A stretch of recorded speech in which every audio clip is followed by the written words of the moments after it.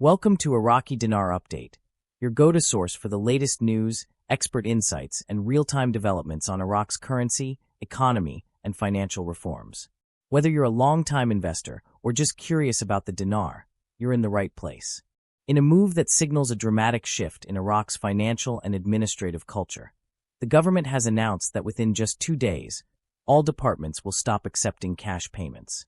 This unprecedented decision will fundamentally reshape how citizens interact with the state, particularly in areas such as paying for licenses, permits, taxes, fines, and other government services. The bold step is a key part of Iraq's broader economic reform efforts, rooted in the comprehensive white paper that the government introduced in response to years of economic mismanagement, corruption, and the need for long-term fiscal sustainability. At the core of this reform is the intention to transition Iraq into a modern, transparent, and accountable cashless economy. Historically, Iraq has operated primarily as a cash-dependent society, with both the public and private sectors heavily reliant on physical currency for all types of transactions. However, this dependency has come with major risks and consequences. The most troubling has been the widespread leakage of government funds due to corruption.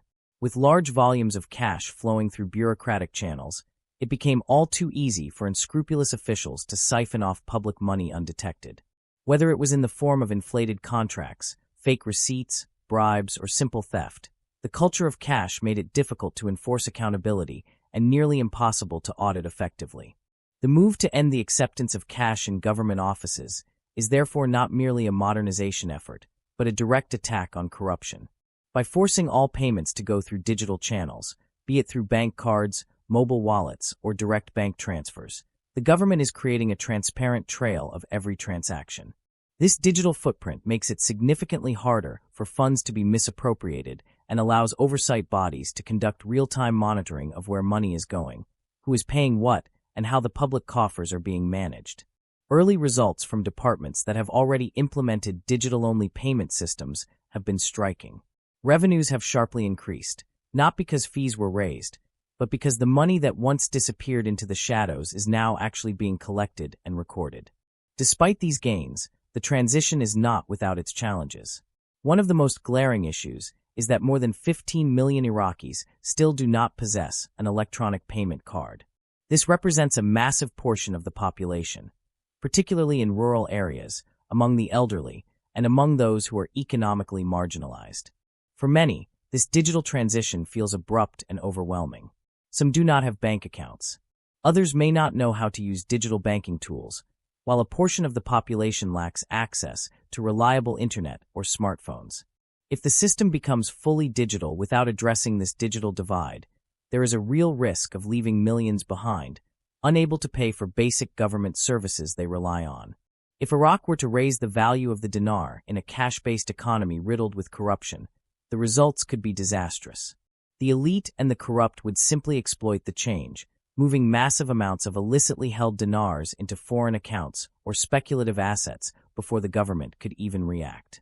Inflationary pressures, black market activities, and capital flight would spiral out of control.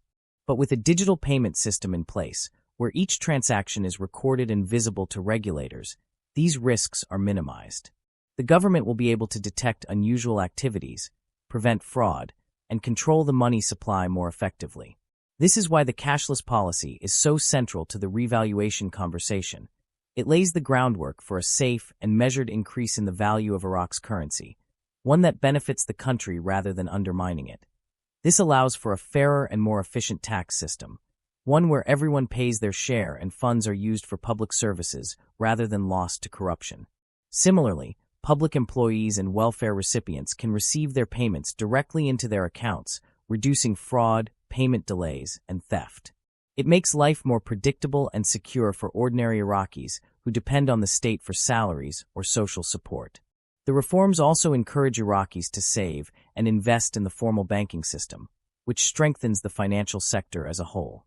When people keep money in banks rather than in cash at home, those funds become available for lending, which fuels business growth, real estate development, and job creation. This in turn helps stabilize the economy, increases confidence in the financial system, and allows the Central Bank of Iraq to manage monetary policy more effectively. In short, The move to go cashless is a foundational step in transforming Iraq from a war-torn, oil-dependent economy to a diversified, stable, and globally integrated financial system. But the road ahead remains complex. Implementation must be carefully managed to avoid backlash. There will be resistance from those who benefited from the old, opaque system, corrupt officials, middlemen, and black market operators. There will be confusion and frustration among citizens who don't yet understand or trust digital banking. There may even be protests, especially if people are denied services because they lack an electronic payment method. These are serious challenges that the government must prepare for and address with compassion, clarity, and consistency. Nevertheless, the direction is clear. Iraq is on the cusp of a new economic era, one where cash no longer dominates, and where transparency, technology, and accountability become the norms.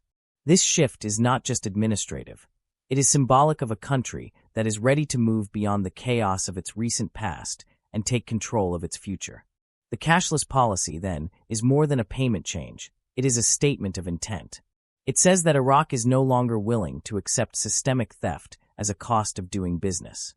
It says that the government is committed to reforming itself from the inside out. And most importantly, it says that the country is preparing for a financial transformation that could see the dinar rise in value, not just as a currency, but as a symbol of national stability, sovereignty, and pride. In conclusion, while the announcement that government departments will stop taking cash in 2 days may sound like a small bureaucratic update, it is actually one of the most consequential steps Iraq has taken in years. It is part of a much larger strategy to eliminate corruption, modernize the economy, and eventually revalue the national currency. It addresses critical issues that have plagued Iraq for decades and puts the country on a path toward greater prosperity and international credibility. And although the journey is far from over, this step represents a major milestone on the road to a stronger, more stable, and more transparent Iraq. Thanks for tuning in to Iraqi Dinar Update. If you found this content helpful, be sure to like, subscribe, and hit the notification bell so you never miss a beat on Iraq's evolving financial landscape. Stay informed and stay ready.